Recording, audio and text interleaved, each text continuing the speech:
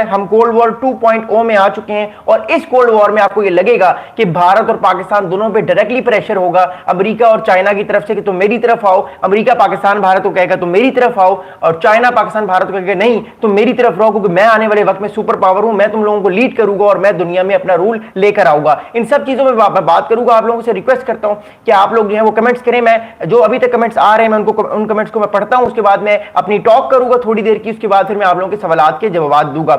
Kevin Sam's आपका बहुत शुक्रिया, मतवा अली फॉर यू एंड परी एम, आप लोगों के मैसेजेस का बहुत शुक्रिया। I love you all. आप लोग क्वेश्चंस करते हैं अपने, जो ही मेरी वीडियो एंड होती है मैं आप लोगों को आपके सवालात के जवाब बिल्कुल दूंगा। ओके, अब बात क्या, देखिए हमने एक चीज नोट की है पिछले तकरीबन 2-3 महीने में कि जब से भारत के और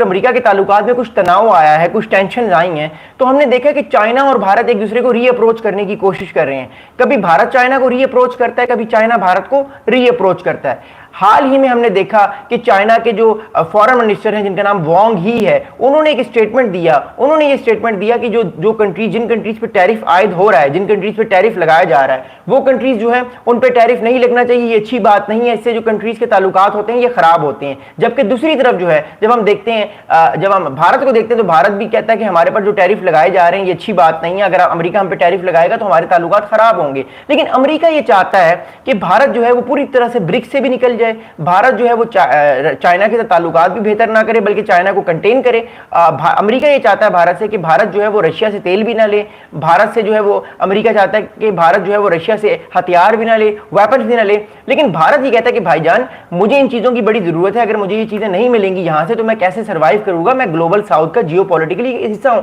अमेरिका कहता है मोदी साहब को, मोदी साहब ऐसी बात नहीं है, आपने हमसे वादा किया था 2015 में कि हम आपके साथ मिलकर ग्लोबल साउथ यानी चाइना के वर्ल्ड ऑर्डर को आने वाले टाइम पे कंटेन करेंगे। अब आपको क्या हो गया, अब आप क्यों जो है वो बैकफायर कर।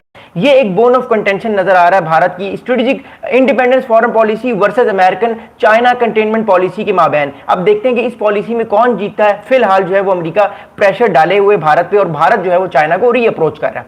अब हम बात करेंगे कि चाइना भारत को क्यों रीअप्रोच कर रहा है, उसकी भी बड़ी इंपॉर्टेंट वजह है। देखिए बहुत सारे लोग ये बार बार बात करते हैं कि चाइना को रीअप्रोच, चाइना जो है वो रीअप्रोच क्यों कर रहा है भारत को, चाइना तो एक बड़ा मुल्क है। देखिए बात यह है, चाइना भारत से जंग करना नहीं चाहता। मैं फिर कहता हूं चाइना भारत से जंग करना नहीं चाहता। उसकी वजह यह है कि अगर चाइना भारत से जंग करेगा तो जो इंडो पैसिफिक में वो अपने आप को ताकतवर कर रहा है वो अपने आप को ताकतवर नहीं कर पाएगा। उसको सारी फौज अपनी जो है वो इंडिया के बॉर्डर पे लगानी पड़ेगी, नॉर्थ के बॉर्डर पे लगानी पड़ेगी, जिससे चाइना की जो रिसोर्सेज हैं इंडो पैसिफिक में वो जो है वो कम होंगे। देखिए चाइना का जो ग्लोबल प्लान है वो उसमें इंडिया को उसने इंडिया से टक्कर नहीं लेनी। चाइना का जो ग्लोबल प्लान है वो ये है कि सबसे पहले उसने साउथ चाइना सी को कैप्चर करना है, उसने ताइवान को अपने हिस्से में लेना है, उसने पूरे के पूरे साउथ चाइना सी को जिसमें फिलीपींस के आइलैंड्स हैं, मलेशिया, इंडोनेशिया, वियतनाम और फिर ईस्ट चाइना सी में जो सिंकाकू आइलैंड्स हैं जिसमें जापान के आइलैंड्स हैं। चाइना ये कहता है कि पूरे का पूरा ये सारा साउथ चाइना सी मेरा है,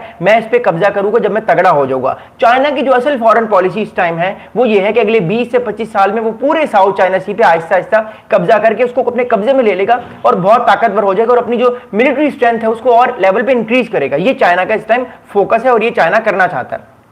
अगला बड़ा इंपॉर्टेंट पॉइंट है कि भारत जो है वो अमेरिका के साथ जब कंटेनमेंट पॉलिसी करता है ना, चाइना के साथ कंटेन करने की कोशिश करता है चाइना को, तो चाइना तंग होता है। चाइना को फिर पाकिस्तान का साथ देकर एक तरह से इंडिया को रीबैलेंस करना पड़ता है। चाइना ये चाह रहा है किसी तरीके से कि वो भारत के साथ ताल्लुकात खराब ना करे, भारत को अपने कैप में ले ले दोबारा से, जैसे 1960 से पहले भारत और हिंदी चीनी भाई भाई वाला खाता था, आप लोगों को याद होगा। वो चीज जो है वो आने वाले टाइम पे जो है वो बड़ी इंपॉर्टेंट रहेगी चाइना के लिए। लेकिन यहां पे मसला यह है कि इंडिया भी इस टाइम दो कश्तियों में सवार है। देखिए भारत एक तरफ तो क्वाड में रह के चाइना को कंटेन करने की बात करता है, दूसरी तरफ भारत कहता है नहीं मैं ब्रिक्स में भी रहूंगा, मैं अपनी इकोनॉमी को भी बेहतर करूंगा। एक तरफ से तो भारत चाइना के साथ इकोनॉमिक डेवलपमेंट की बात करता है, दूसरी तरफ भारत के साथ मिलकर चाइना को कंटेन करने की बात करता है क्वाड में रह के। ये जो दो चीजें हैं, ये जो ड्यूल पॉलिसी है भारत की, ये चाइना को भी गलत सिग्नल्स दे रही है, ये अमेरिका को भी गलत सिग्नल्स दे रही है। इसकी सबसे बड़ी एग्जांपल ये है कि एक हफ्ता पहले भारत और फिलीपींस ने मिलकर साउथ चाइना सी पे नेवल ड्रिल्स किए हैं। अब वो जो नेवल ड्रिल्स किए हैं भारत ने चाइना फिलीपींस के साथ मिलकर